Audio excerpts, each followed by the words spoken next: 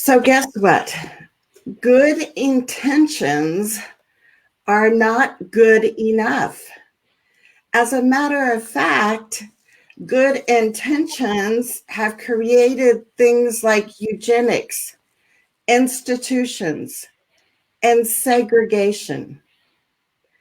So I know today's topic is going to bring up kind of an array of emotions. I know it does for me, and that's okay.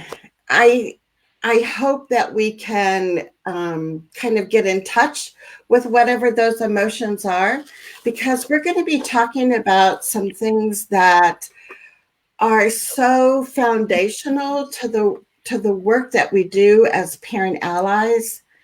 And we need to always check back with those foundational values that we need to hold. And so we are so lucky today because we have three guests with us, all from the state of Washington. And they are what I consider movers and shakers and are causing some disruption, which is a good thing, and how we are thinking, how we are viewing people that are marginalized every day in our schools and in our communities. So I'm going to bring on, and we're going to coordinate this side-by-side thing here. And let's see. Yes, we need your backup chorus line there. Carrie. There's Carrie. So we have Carrie and Taina. And Marija. Yeah. So welcome, ladies, because I know this is going to be exciting.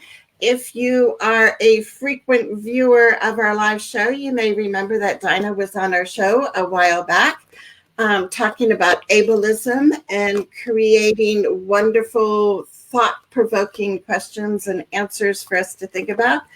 And so I'm glad that she has Carrie and Marija with her today, because we are going to be in for some deep thinking, but also some celebrations too. So welcome. And Taina, do you want to take it over? Yes, please. So let's go start with the PowerPoint.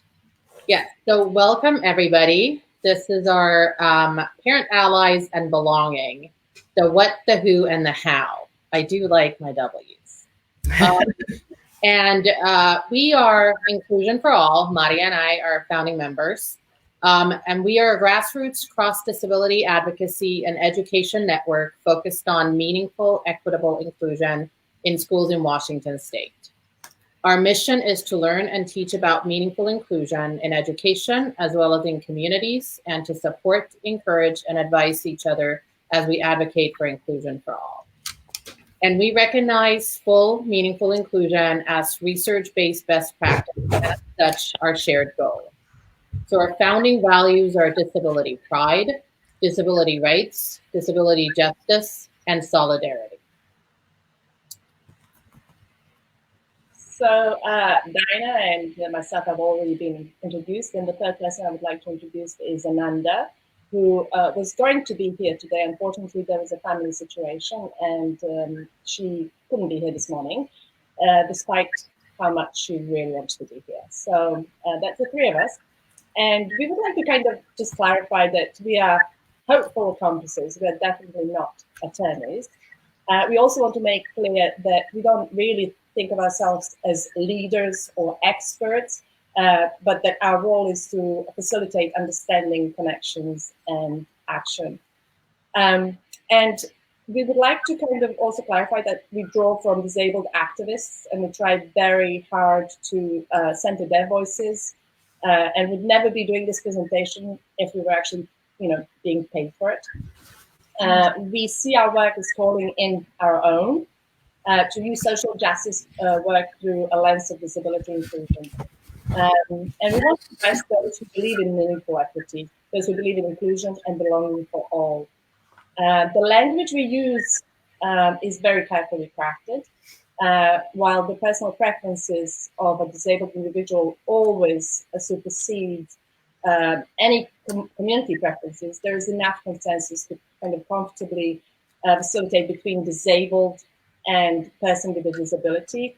And we have chosen to use more identity first language that is disabled because of the communities that we learn from, but also there's a clear kind of distinction between or from the mandate often decreed by institutions that are about and for disabled individuals, but they're not with or by them. And in alignment with disabled communities, we also don't use terms like special needs. That's often experienced as infantilized or infantilizing or othering. And we also don't use other euphemisms such as differently abled, and we will refrain from using these euphemisms until disabled people actually learn things like flying or something of that kind of caliber. The real special, different ability. I think once that happens, I'd be quite happy to for people differently abled. Once I see them flying, that would be good enough reason.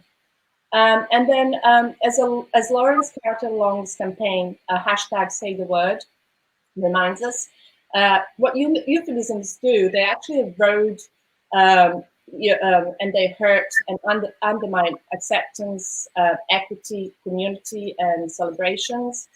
And they are basically for non-disabled people to not have to confront the tragedy of disability. And I kind of hope you just remember that there's only Americans with Disabilities Act. There's no, Americans with Special Needs Act. Language unites and allows for communities. So the community is using the originally medicalized language, almost pathology, for pride, community, and celebration. We also wish to refrain from using ableist slurs, obviously, and any terms, for example, terms such as R-word, crazy, lame, blind to, so OCD. So we are not language police, obviously, but we do recognize how language shapes our world, and we too often, if we do follow the thinking behind the terms to its logical root, what we find is a worldview that positions disability as something really negative or something bad. And now we have next. Hi, I'm Carrie Basas. I direct the Washington State Governor's Office of the Education Ombuds. But what's been most important in my life and has really shaped it is that I am the product of segregated special education. My parents fought hard to get me mainstreamed, and it took until third grade. I was warehoused with other students, disabled students, based on the fact that we had disabilities. And really that was the entire basis. And there was no differentiation for instruction. It was really important to me as a disabled person growing up and not knowing about disability history or pride. Even through my parents' advocacy, they weren't exposed to that, to raise a disabled child. So I adopted a little girl who has similar disabilities to mine. She's also an English language learner. I have a picture here of my husband who's Filipino, my daughter who's 10 and from Ukraine, and myself over on the right.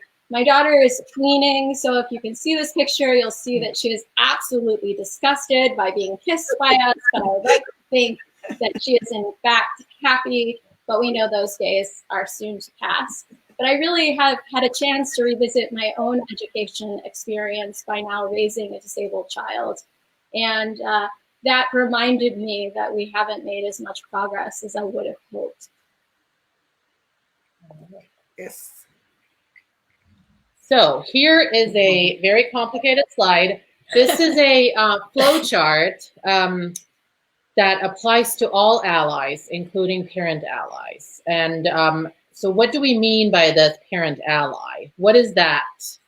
And why are we making this distinction?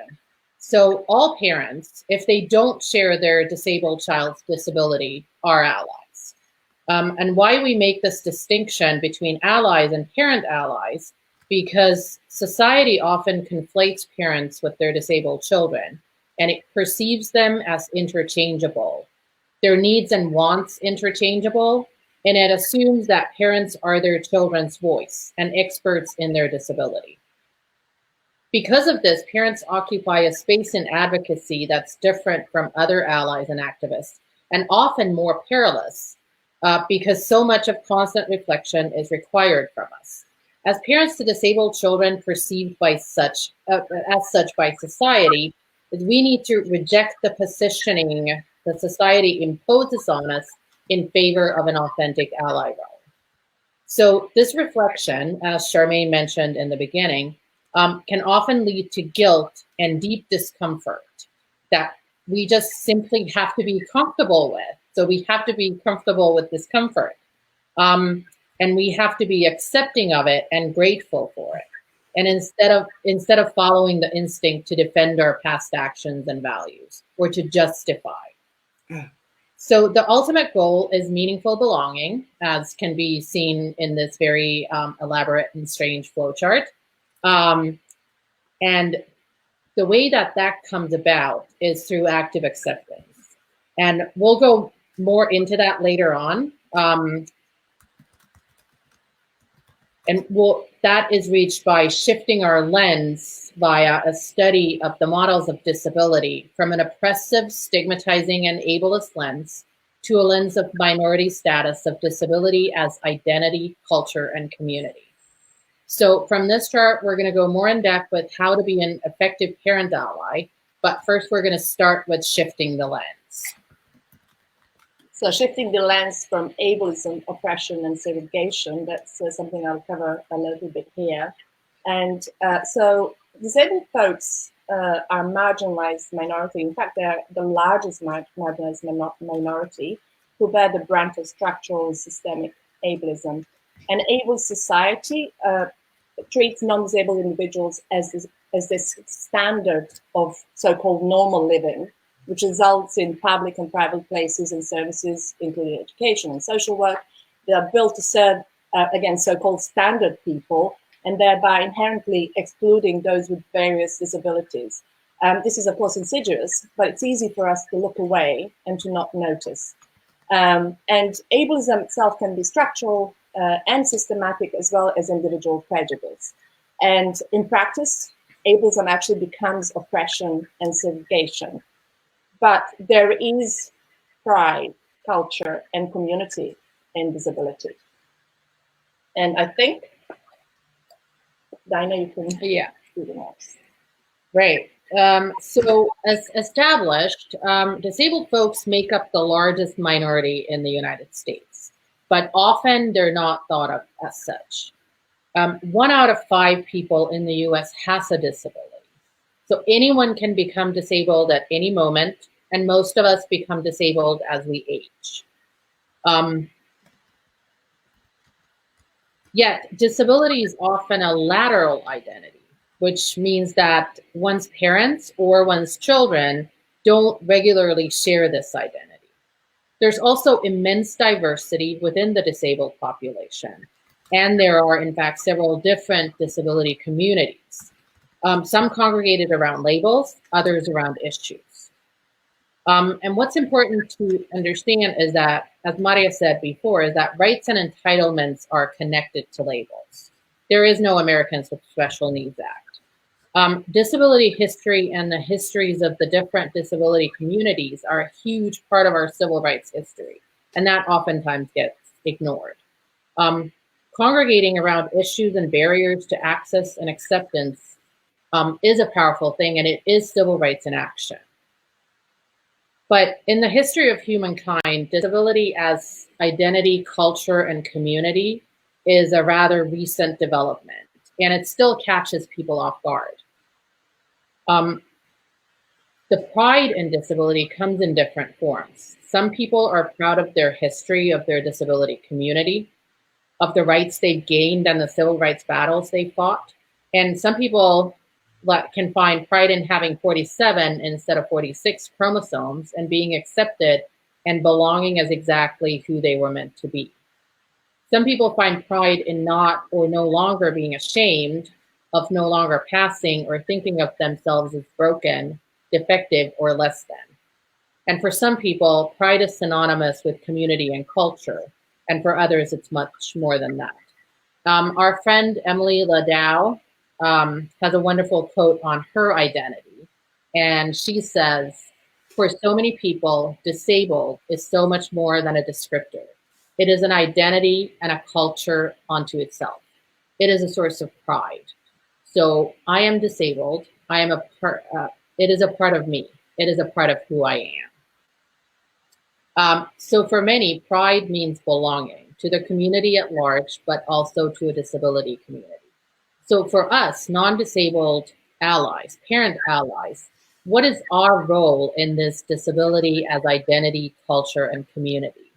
Are we part of the community? Does that make us allies? It doesn't. For us, there's work.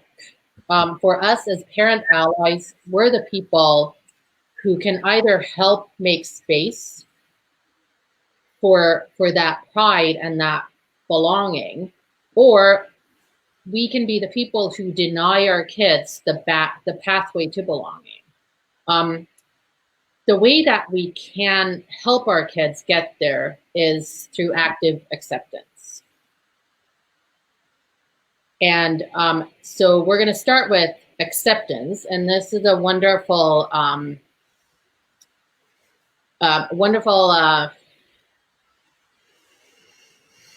definition that we have modified from a material from Autism Acceptance Month. And acceptance is accepting disabled people as members of a minority group who are entitled to the same rights as everyone else.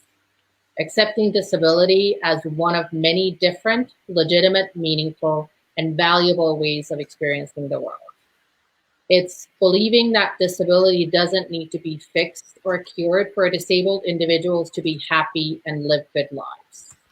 It's changing the goal for disabled people from normalcy or recovery to living with needed supports and gaining equal opportunity with non-disabled people. It's supporting disabled people as they are, and it's helping disabled children grow into disabled adults rather than mourning the non-existent, non-disabled child they never were. I guess it's me again. So allyship is not self-defined, even though we kind of said that we identify as parent allies, but it is not self-defined. It essentially means taking constant action and actively accepting constantly and consistently. So how do we do that? How do we act as effective allies and accomplices to our disabled children and other disabled folks? How do we embrace the discomfort of having to rethink everything we've ever believed? Like, especially if we really have, as you said, Charmaine, meant well. Like, how do we listen to the real leaders, disabled adults of the movement who are clearly telling us how to ensure belonging? So active acceptance is not about ally cookies, and certainly not this one. Although I really like this one. So this is a cookie with the words and icing on it that say, meets minimum standards of decent human. Being an ally and being an effective accomplice is not about our feelings or our intentions. It's about our actions and the impact of those actions. There are many ideas on how to actively accept, but we can start by finding out who's at the table. You'll see an image here of disabled activists. They're holding a cloth banner that reads, "Disabled people fight back." There's another sign that powerlessness equals pain, and nothing about us without us, which is the rallying cry of the disability rights movement. I will say that for many disabled parents, and I put myself in this experience, is some of our hardest relationships are with non-disabled parents of kids with disabilities, because so often it's emotional, as you were saying, Charmaine. There's a grief process that Marija and Taina have discussed, and The desire, even however well-intentioned, to help with the disability rights movement or to start a new movement can take up a lot of the space, and non-disabled parents can be looked to because of the comfort of other non-disabled people to be the experts. We also see that disabled people are largely marginalized in society. So I know it's a unique experience for many parents to interact with disabled parents and assume that they are competent and that they have the same concerns as non-disabled parents, and they are dealing with another layer of discrimination, and that they too may have a different perspective on what disability means. I've never had a mourning process, but I'm raising a disabled child. It's really exciting to me to be able to raise her and have her understand that she's part of a larger community, that she doesn't necessarily need to see her mind or body as flawed or bad. So I really think when we're going back to nothing about us without us, we're always centering disabled individuals and realizing that there's a longer history and trajectory of disability justice that has been going on that can always use support. And that the appropriate way to ask is to ask, what kind of support would be desired? Do you want me here? How can I bring this message to other communities that have not always listened to or centered you? And so the disability rights movement really thinks about families and caregivers as professionals. And that process of mourning or trying to sort through what it means for a parent's own identity, that is separate from those spaces and cannot be brought there. There are supports for parents to have those discussions, but it's so harmful. I think we need to think about our own kids right now and what they would want out of us as adults and how they would want others to see them. So the disability rights movement we'll talk about in a few minutes is wildly diverse and often dominated, as I said, by non-disabled people, but also by white people. And we are a room of white people who is, broadcasting from yes, someone's dining room, but we're on Indigenous land. So we need to come back to how are other experiences of oppression either represented or not, even within the disability justice movement and its leadership. Okay. So one way of being a parent ally is by advocating and supporting inclusive education. And so as parent allies, first of all, we can design, we can actively work at ending, first of all, segregation. And inclusive education is a reality we can work towards. And this is not an idea that comes from non-disabled people. This is something that the disabled community identifies as a priority and a necessity. Inclusion doesn't mean really to refusing our children access to disability communities. But what it does mean is the system not forcing them to only exist in the communities they have been assigned based on the intensity of their needs or their labels. So inclusive education, as we know, is a human right. It's an equity issue, and it is a research-based best practice. We have to always kind of remember that our inclusive society starts with inclusive education. And this is like one of the most important parts for me, that there's no pro-inclusion work without anti-segregation work. And as Dale DeLeo so nicely puts it in his article, The Problem with Pro-Inclusion but Not Anti-Segregation, you cannot leave people in their isolated homes, schools, workplaces, and buses. And as we offer opportunities, hope the old paradigms will fade away. They didn't, and they don't. It took legislation, civil disobedience, media exposés, demonstrations, and more to get closer to inclusion. It took active work against segregation. So meaningful and impactful advocacy for inclusive education can only exist in this lockstep with advocacy to end segregation and segregated education. So it's impossible to be pro-inclusion while also allowing space for segregation. When segregated education is actually portrayed as an individual family's choice and as outrageous as outrageous that sounds, that happens actually all the time. But when we do that, we basically fail to recognize its damaging impact on the larger community. And just to continue on this kind of note, that we as parent allies, we can design environments for the largest populations. We can practice universal design, which is an architectural term, and it means that not retrofitting accessibility modification onto existing environments, but designing to include from the onset, from the beginning. Why we say universal is because when we design for all from the outset, from the beginning, we also catch everyone. And universal design is not just designing for the fringes, it's designing for all by including the access needs of those on the fringes.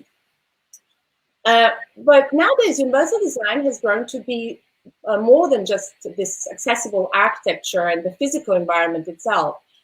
Today, universal design means accessibility of language, of the sensory environment, of communication, of considering learning needs of learning needs of those of the fringes in curriculum design. And this last one is called universal design for learning, and it guarantees actually better learning outcomes for all. As the thought here that we've quoted from Marcus Harrison Green so eloquently states, there is a significant difference between all are welcome here and this was created with you in mind. So when we talk about design for the fringes and access and inclusion for all, we are not, as Carrie was just pointing out earlier on, we're not talking only about making sure that our neighborly white man, who is also a wheelchair user, is welcomed in the fold, but that the Black woman who has an intellectual disability, no reliable communication at times, and who experiences homelessness, that she's also the center of our access work and acceptance. So as parent allies, we, and I mean all of us, you, me, that we have to do more than just advocacy, because the only way to true meaningful change is action. And I think it's enough. Yeah. And then this is a slide that really Carrie should be speaking on, but I will be speaking on. Because as parent allies, we can also piss on pity. And this is a term from ADAPT, the disability rights movement's more radical wing. And this goes quite far back. The idea behind this is that the pity, while seeming to be a positive, helpful emotion, is instead derogatory. There is a need to purge pity from worldwide social discourse on disability at both the government and cultural levels, and instead foster disability inclusive practices and equal power politics. So we can move from pity and charity to active acceptance by constantly and consistently having and insisting on in others. That's a big one. Not just higher, but also broader expectations.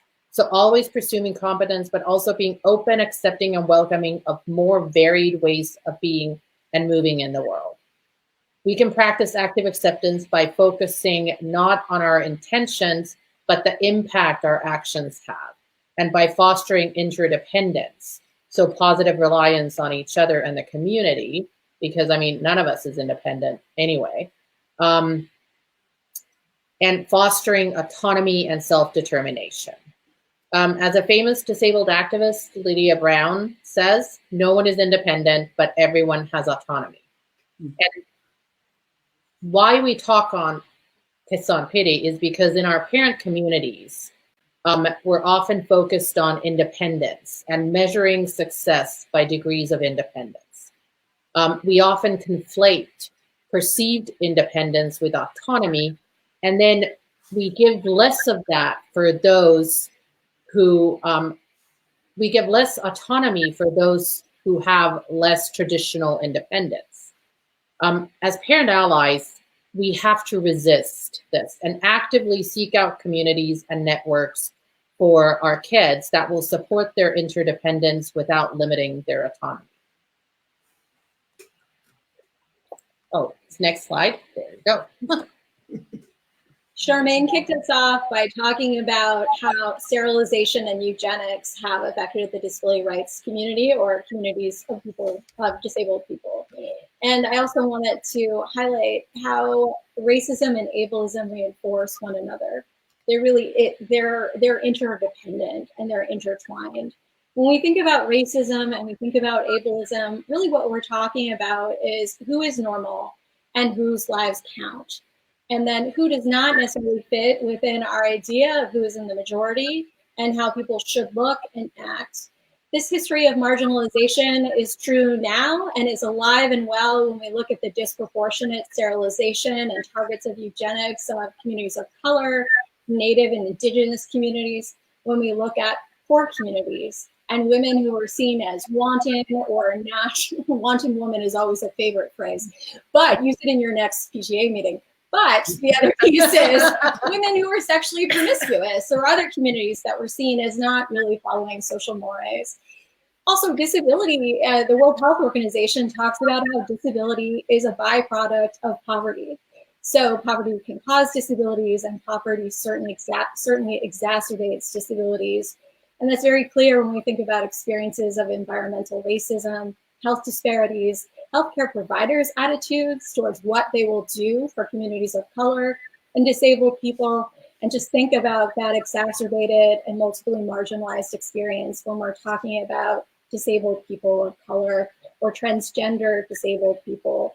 We know that structural racism and discrimination of all kinds makes people sicker. So you can see this reinforcement of structural barriers actually accessing healthcare and structural barriers and attitudes that push people further to the margins. In our work, we just see disproportionate rates of incarceration. They can range from 40 to up to 70% of inmates can have learning disabilities. And then we also see where we spend our money. And I think where we spend our money is always a statement about our values, no matter what we might say. It's really in that piece of action. And then we've talked a little bit about the extremes of representation. You know, there's certain kinds of disabled people that are better disabled people. If you're not Black and you're not crazy, we said we weren't going to use that word, but we're using it as an example of what not to say, then you're going to have better access to education. Your parents may be listened to more as they advocate. You will have less employment discrimination. What I really loved is this quote, and now the font is too small for me to know where it came from. Ableism is a form of discrimination. And the false idea that disabled people are by default inferior, when in truth disability is just another way for a mind or body to be, is so true when we think about other forms of discrimination. And we don't want to co-opt those experiences and say ableism is the same as racism or sexism or homophobia or xenophobia. It's not. But I think what's really exciting is that we can use that as a prompt to look at the diversity and racial equity within our own movements, to see whose voices count, and to be, I think within my disability justice movement as disabled people, to go beyond our own experiences and say, who else can we reach out to? Who else do we need? Who else's experience do we need to know? Because we too can be humbled and go outside and figure out, what is the language? How should I be viewing this? What is my role in having a voice or not? How do I support these efforts? So important learning happens within the disabled community too, when we're thinking about allyship and being an accomplice. All right. Okay, next slide. Right. So as parent allies, as often the main caregivers, influences, and models to our disabled children, to our non-disabled children, and to our non-disabled family, celebration of difference is vital. This is one of my favorite quotes, and I know this is one of yours as well, Carrie. Yes. And this is from Osamu Nagase in Difference, Equality, and Disabled People. And what he has written is, it is not enough, even though essential, to remove socially created barriers. A creation of new value is vital. Through the establishment of disability culture, which is a creation of new value, difference emerges as celebration. Without this development, most likely the establishment of disability rights will end up creating or deepening the dilemma of difference. Also, the implementation of disability rights only leads to equality, either formal equality or material equality, and not further. And so when we insist, for example, that disabled individuals are more alike than different, we undermine the celebration of diversity and difference, and the building of new value.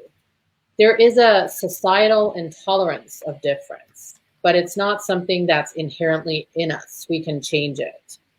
We can find power in difference and celebrate our differences as sources of power and learning. We can and should demand that the celebration of the difference that emerges from the value that disabled folks bring into the world is not connected to or dependent on perceived or not productivity. Next slide.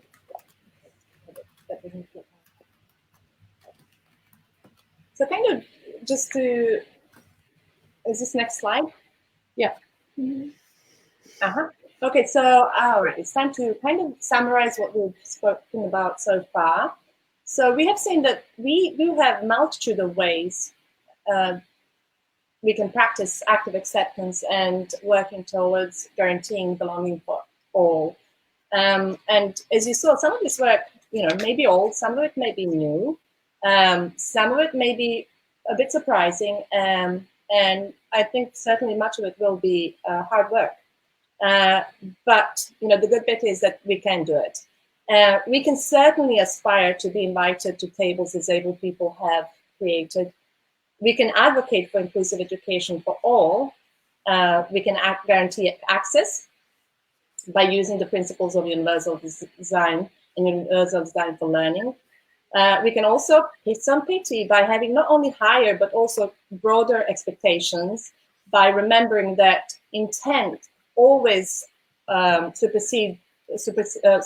intent, not supersede, sorry. That intent doesn't really count, but that it is the impact that we should be focusing on, the impact of our actions. And by fostering interdependence, autonomy, and self-determination, we also must always practice solidarity and kind of remember that anti-ableist work and intersectionality are part of our work, and we can't work without it. And we also have to remember that our language shapes the world that we live in, and that words really do matter. And finally, we can party, because this basically means we can openly and loudly celebrate difference and the power it gives us. And as we said earlier, when we started this conversation, and you said it yourself, Charmaine, is that this work may not only be hard, but it also requires this certain discomfort tolerance from us as parent allies. And while existing in this society that's founded on ableist structures and values, this discomfort will not only come from what we are faced with, but actually from what's within us, because we are part of that system. And as said, this requires our continuous kind of reflection and desire to do and to be better. So this is kind of summary of what we've spoken about. So maybe it's a good point to check if anybody has any questions at this point. Yeah, or if you, Charmaine, has any questions? I think I breezed through the other point that we had for comments and questions and did not bring it up. That's okay. So what I'll do is I'll scroll back up to the top here, because Sarah had a question kind of at the beginning. So let me get back here to her comment. So Jen is with us. I know you guys know Jen Cole. Kimberly from Iowa. Sarah is here, and let me show her comment. She said, I am a teacher, and one of our school counselors sent out a document about the stages of grief a parent goes through when their child receives a disability diagnosis. Would love to counter this lengthy document that was sent out with some of the disability pride and articles like Taina recently posted on Inclusion for All. Any recommendations on documents that already exist? If it comes from me, it will get ignored. Well, this is Carrie. I just want to share that I'm really glad that this is something that you've noticed and you want to do something about. That's fantastic. You have my vote. Please move forward with that. In our office, we created a student learning resource, which largely was, to help adults talk about disability in their classrooms. And so we have student voice videos talking about disability and how disability is an identity. So you could find those, and there's some PowerPoints. And I think the videos and the discussion guide, just for parents and others, teachers to hear, this is not a sentence. And they're hearing it from students, which is much better than hearing it from adults. I think the second piece, and this is where Inclusion for All has done a really great job as well, is getting people to consume new sources of media. RootedInRights.org has videos from a disabled storyteller's perspective. They're on all topics. Emily Ladau has one with her mother about what it was like to be raised by another disabled person with Larson syndrome, which is my disability too. 2 out of 2, great. And so there's that. They have things about voting. So really just going to disabled filmmakers. And I think these are really easy to consume bites. Melissa Thompson has a disability too white hashtag on Twitter. So really changing the kinds of media that are consumed, and every day in little bites. Places to start really can be the thing that shifts. And I know thinking about other kinds of disabilities has made me think differently about disabilities outside my own experience. Do you have favorites? Well, as you mentioned, Sarah, the article that we just recently posted on IFA, and that was by a disabled father, writing now as he's become a parent of how his experience was when he first got diagnosed, which was at 16, and what he wishes would have taken place, and what he now what he wanted non-disabled parents of disabled kids to know and do. And there are more and more articles like that, where I feel like those are the most impactful ones, where somebody, now that they're grown up and they kind of look at their own childhoods of what could have been and what should have been, and maybe sometimes what was, but what should be more of a universal experience. Because often I feel like you said, that school counselor just sent out that document because we're somehow expected to grieve.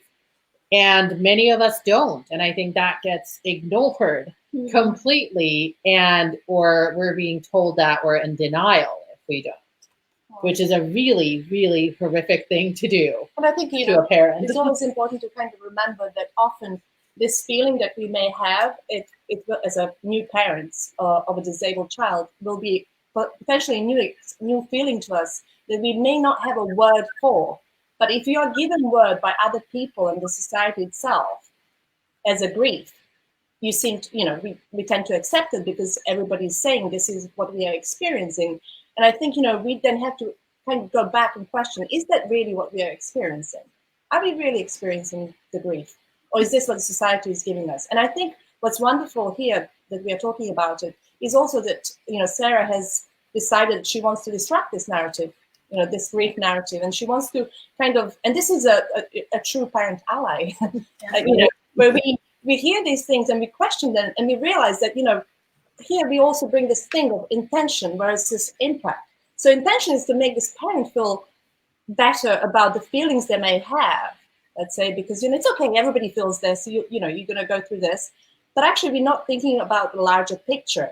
What will, even this parent, you can give them a permission to feel whatever they feel now, or give them definition for that feeling. But actually in the long term, even that parent will come around and feel guilt, because they will realize that their intent at the time and the action at the time potentially had a very negative impact on the larger disabled community, including their child, which is, that they're disappointed and grieving for the child that wasn't disabled. So I guess, the natural kind of logical outcome of that is, or thought is, that the disability is, disappointment. It's something that we don't want, and we allow ourselves to feel that grief. So I think, there's just so many elements in this grief narrative that need to be addressed. Yeah.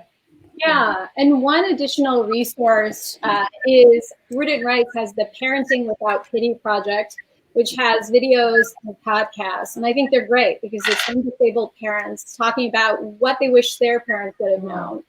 I have a lot of empathy. I don't endorse grief, but I think about the cycle of this. So if we tell parents that they should grieve, we further isolate them and their families. And if they speak up or act up, then we marginalize them too. There's a lot of shaming, unfortunately, that I see even in parent groups about how you should feel about disability. And so it's really hard. I mean, my daughter has new disabilities that are not like mine, that I haven't anticipated. That is separate from me grieving them. It's feeling overwhelmed about something. And where do I look for support? And how can I think differently about it? So it's not static, but we know that's true of raising a human. That their identity will evolve, and we need to keep up with it because their experience, whether they're our birth child or adopted, has to be different from ours. They're their own person. It's also that element of, like, as you say, the parents are being isolated.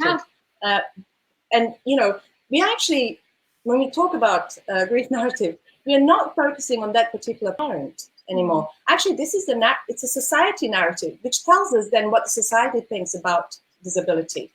And, we need to address the society itself to really kind of start working with these individual cases. So as long as society sees disability as something, we work on the term of productivity. I mean, it's all become about productivity. So if you're disabled, not that productive, I get, this is society's thought, that, and this is where, the trouble comes. And we just, as society, push that down everybody's throats, that because the child will have challenges to be productive, then, I'm sorry, it's not really good news for you.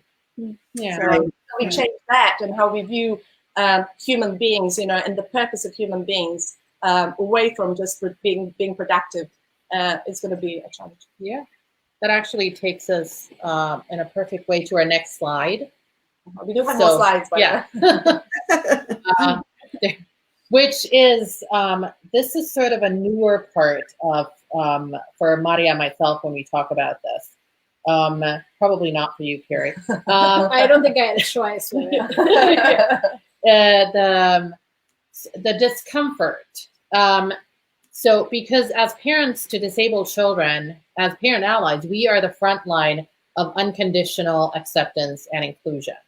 And if that hasn't happened, there's a lot of discomfort, naturally. And there's a lot of what we are about to say in this slide and the next slide is usually makes parents very uncomfortable. Because we have some asks that normally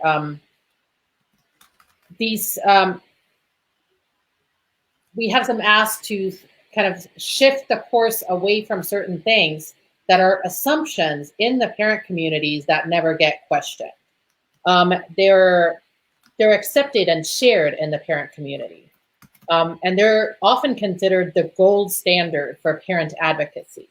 And there are things like, the narrative that our children need to be fixed, remediated, or made more normal. That's just sort of accepted, and we must resist that narrative. We must resist the messaging that tells us that our needs for support as caregivers supersede the disabled individual's needs. Because the locus of the issue is not the disability, it's in society, as Marija and Carrie were saying. We must resist society's conflation of us and our children as well as our needs and our children's needs. Is exactly like you were saying before, Carrie, that now that new disabilities are emerging, it's kind of a there's you're not the expert in those. No, I have to keep learning. And I find this is true as well.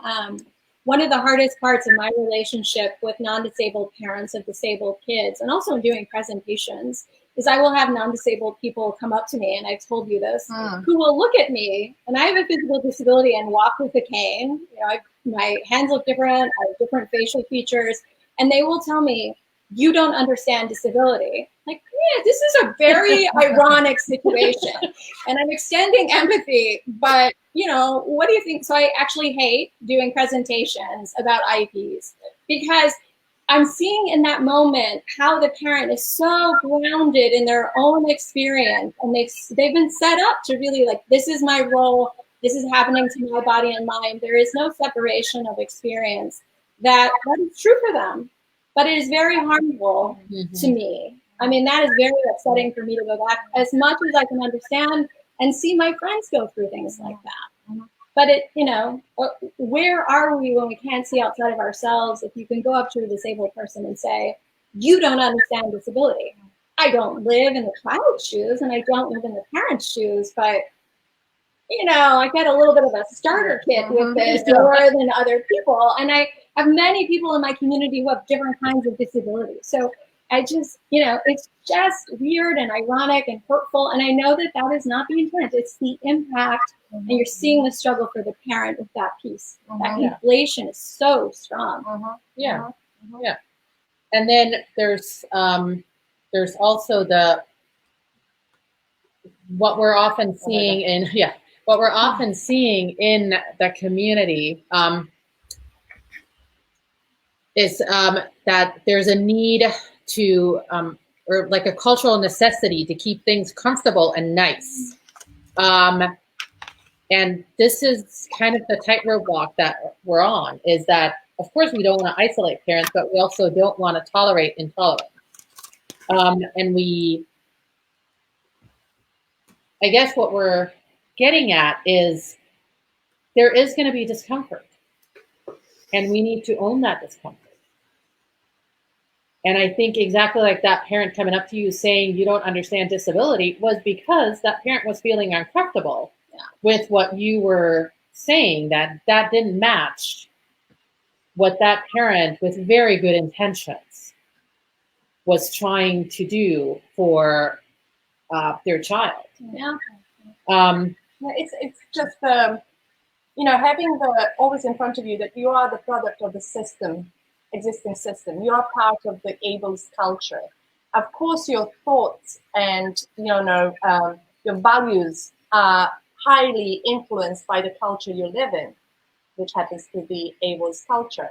So, you know, it's important to always allow for the space to reflect, to feel discomfort, to actually welcome it, because that means that you are reflecting and questioning your values. And also not to ever go into this kind of almost instinctive need to defend, our own values, even at the, as Carrie just said, even at the, point where disabled person or disabled community themselves are telling you that your values are damaging to them, that you need to, re-examine, your actions and the impact, So it's, I think when you feel discomfort, it's a great place to start. You should just go down that road, go through the discomfort, because that's the road to learn how to do and how to be better. Without it, you can't. Well, and one of the things that I often think about, because my son Dylan is 31 years old. So when I look at the people that influenced me and my values, they were people like Norman Kuntz, Judith Snow, Marcia Forrest, Jack Pierpoint. And yet, even though I had that foundation and a strong foundation from learning from disabled adults, I still really mainly raised my son I didn't really think of that side of disability pride. What I was looking at was, look at all the strengths Dylan has. Yes, he has Down syndrome, but let's look at all these other things about him. And so it's taken me a long time, and from learning from people like you guys, so I'm so glad that you're here today, that we can embrace and celebrate our kids' disabilities. And that makes a huge shift in our thinking and our actions, coming to terms that we are not our children's voices, that we can stand beside them, but we need to be listening to them. Even as young children, they have so much to tell us. And, I was talking to Dinah yesterday, and I almost see it as this evolution, but then I also read things about we can't wait for the evolution of things, because look at how many years it took for civil rights, right? And for Black people to gain the right to vote, for women to gain the right to vote. I mean, so many different minorities, it takes more than 100 years in a lot of cases. So I would love for you guys to talk about, I don't know if it's speeding up that evolutionary, momentum, or what kinds of action can we take to create more systemic change? So I was a law professor before this job, and one of the things I looked at was the Americans with Disabilities Act, and really employment numbers haven't shifted. And why is that the case? Wasn't that the endpoint? You get a law, we should be good, and we have idea. We can go back to both, and we can argue our way into some sort of compliance, but that's not it. I mean, the biggest barriers are attitudinal barriers, and from being a research geek before, what I saw is that whether it's for people of color, or if it's LGBTQIA people or disabled people, that what happens, what shifts attitudes is interaction. And so that means whether it's in our workplace, it's in our church, it's the leadership of our PTA or something else, we really intentionally need to foster environments where disabled people, many of whom have disabilities not visible to us, can come out and be celebrated and support it. And we make way. We make that a priority. We make that a priority in leadership and in hiring, because what you see is once you have someone, that person can have Down syndrome, that person could be blind. When people, we don't want a sacrificial lamb, but if you put someone in a situation successfully, then people, the best way to say it, non-academic way, is they chill out. And when people chill out about disability, they're less worried about litigation, they're less risk averse, they're less worried about language when the next wonderful person comes forward, or they think, who is not in this room? And I think that's always asking the other question. There's a legal scholar who says, ask the other question as into who is not here? Who have we not heard from? That's where we start. It's that universal design, it's design from the margins. I was going to say that exactly. Like, you can't start even this discussion without having disabled people at the table, or actually disabled people owning the table. So that it's the table that they have created we may have access to. Yeah, as I said before, but we're there mainly to learn. Yeah. And so again, a part of the having disabled people at the table is inclusive education. If they're not around, how can we change our attitudes? How can we change our values? If again, they're put away, we don't have to think about it. We are not, this is it, So, but if we are using universal design, if we are intentional about our actions and our impact, we include from beginning, then, that's the way forward for me. Yeah. That's great.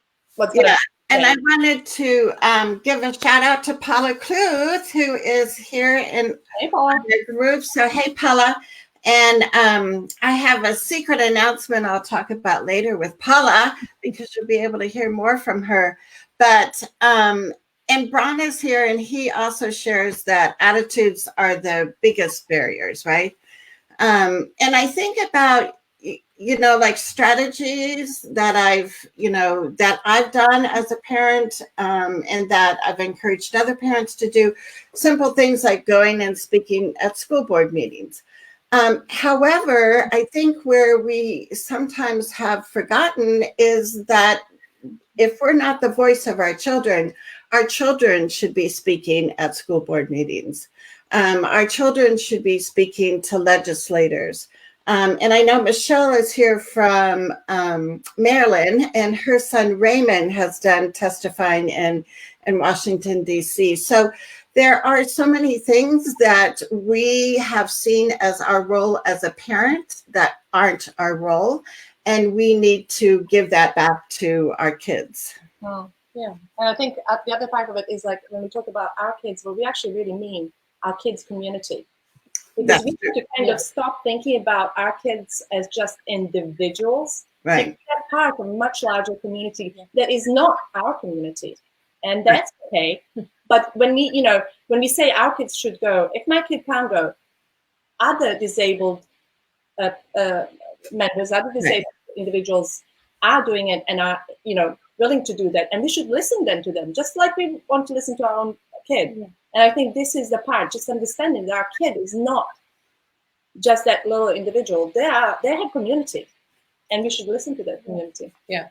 And I think to add to that, if we're specifically talking about systems change and parent allies, what we can do powerfully is we can disrupt sort of the normal proceedings of things in our parent communities. And that's something that really is important. So if we are the front line of acceptance and inclusion with our own children, especially when they're young, we need to disrupt what happens in those parent communities. Right. And we need to sort of, if it means creating that discomfort, then fine. Mm-hmm. That means because we haven't achieved enough change. We haven't achieved where we could be. So just, I don't want to always say that I incite for revolution, but I sort of do. I mean, that's the power that we have, as if we're trying to be non-disabled allies to our kids, we can call other non-disabled potential allies in by disrupting what normally happens. Right. And that's exactly what Jennifer said. And I think what Carrie was saying earlier about, we look at other, groups of people that have been marginalized, and the effects and impacts of poverty, and, Black Americans, and, children that are speaking a different language, and all of those kinds of things. And so, what I tried to do years ago, and I didn't accomplish it, was to think about beyond special education. Because when we are this one focus group, I don't know, this is how I look at it. When we are this one focus group about disability rights, yes, it impacts, and yes, it's helpful.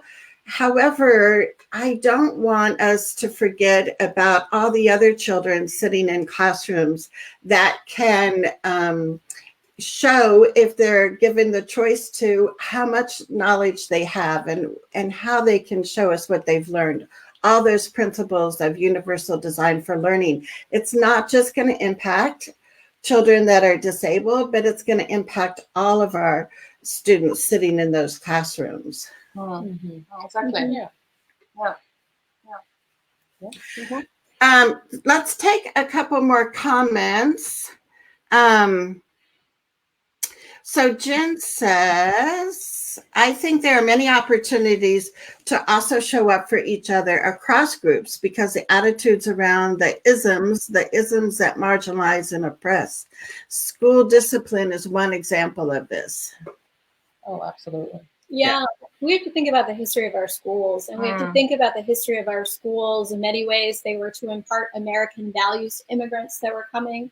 They were to create certain kinds of behaviors, order.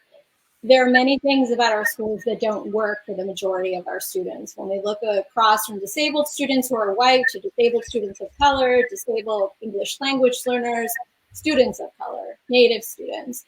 And so, and we see, you know, that really there are certain gaps that affect in how we perceive behavior, what we think the function of behavior is, who we think is safe, who's at risk now, especially if we look at school safety these days. So all of those things are where we need to not only be culturally responsive and anti-racist, but we need to unpack those other areas of bias. And I think that also shifts when we have different teachers in the classroom. We have disabled teachers, we have more teachers of color, because that decision making from paras to teachers to principals to district leadership makes a difference in how we respond to students and meet them where they are. Yeah, absolutely. And I wanted to give out a shout out to Braun, who is watching from Australia. So welcome. I know he's also in our Universal Design for Inclusion Facebook group. Speaking of Facebook groups, I want to also make sure that I show where people can get in touch for Inclusion for All. So probably the easiest thing when you're on Facebook is just to do a search for Inclusion for All, and that will come up. And then also your website, I want to make sure that we mention that. And do you want to talk a little bit, Taina, about some of the resources that you have and that you're continuing to put on your website? Yes. So the website already has a pretty good resource list, especially about inclusive education, universal design, and what's happening in Washington State. And we are working on creating more posts specifically or articles about all these individual things that, like what we've talked about today, depending on what seems to be missing. So yeah, please visit our website and tell us what you would like to see on it, like what you would like us to talk more about. Right. And I also, I wanted to make sure that I show people we're having a drawing for a book. A lot of times we give away books because I just love books. So this is a book from Michael Bailey, who some of you might know from Oregon, who is a wonderful disruptor and has been for many decades. But he has a book, Here to Stay: Americans with Intellectual and Developmental Disabilities. And so before we leave today, I'm going to scroll through the comments and just randomly pick somebody. So the more comments you make, the more chances you have of getting this book delivered to your house. The other thing I want to mention is Taina has said that we can get a copy of the slides. So if you, let's see, I'm trying to find this other comment, but if you type in the word pride, then you'll get a message from my IEP bot. Respond with the word pride. You'll be signed up to, we'll get you the slides from today's presentation and also some additional resources. So do that. And I want to make sure, I think we probably still have some of your slides. So I don't want to end without you guys going through all of your wonderful thoughts here. So if we go to, right. So we have addressed grief narrative. There are other narratives in the parent communities that persist and are seen as the gold standard, and we can certainly disrupt those. And as we say here is that we need to champion all social justice causes and position ourselves not in opposition, but in solidarity. So this is kind of the first step of what we can do. And as Carrie was talking about earlier, there is so much work that needs to be done around intersectionality and intersectionality of discrimination and oppression. But at least we need to not act as if our kids are somehow not, that those causes of, or that their oppression is somehow more wrong than other kinds of oppression, or the discrimination Olympics, Yeah. or misery poker. yeah, When you start making a hierarchy, and that happens within the disability justice movement, right? Yeah. I mean, it's not this beautiful kumbaya. People say it's worse to be blind in this situation. That's not a helpful place to be in. I think many communities of color and the work that we do in looking at opportunity gaps, they are kind of finished with the disability rights movement, at least the disability rights movement versus disability justice and parents' movements, because they feel like they have not listened to or honored their own experiences. So there's a lot of stigma, as we know, about disability, but there's a lot of pain and disconnect that needs to be healed in order to have that conversation where people feel comfortable saying, you know what, I care about being in relationship to you. And I want to know more about this, and I see that you're interested in knowing more about my experiences as a member of a tribal nation, or the racism or Islamophobia that I have experienced. That it is learning and sitting in that discomfort rather than saying, you don't get it, I have it worse, or we'll get to you.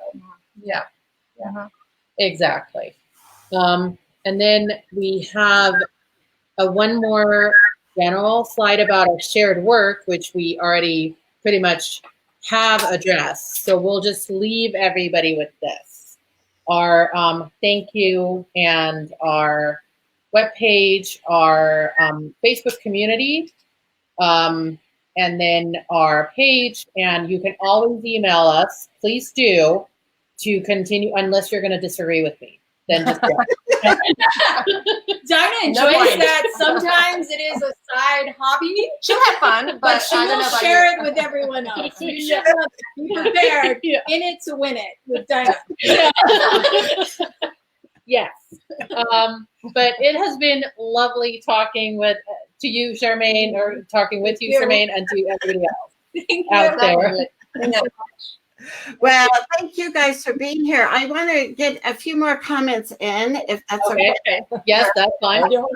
But I appreciate everybody being here. So Jen says their identity will evolve and we need to keep up with it. Yes, our own identities evolve also, and conversations like these help. So yeah, I think that's, that's where we are. It's just, I get frustrated with how long the evolution takes. Yeah.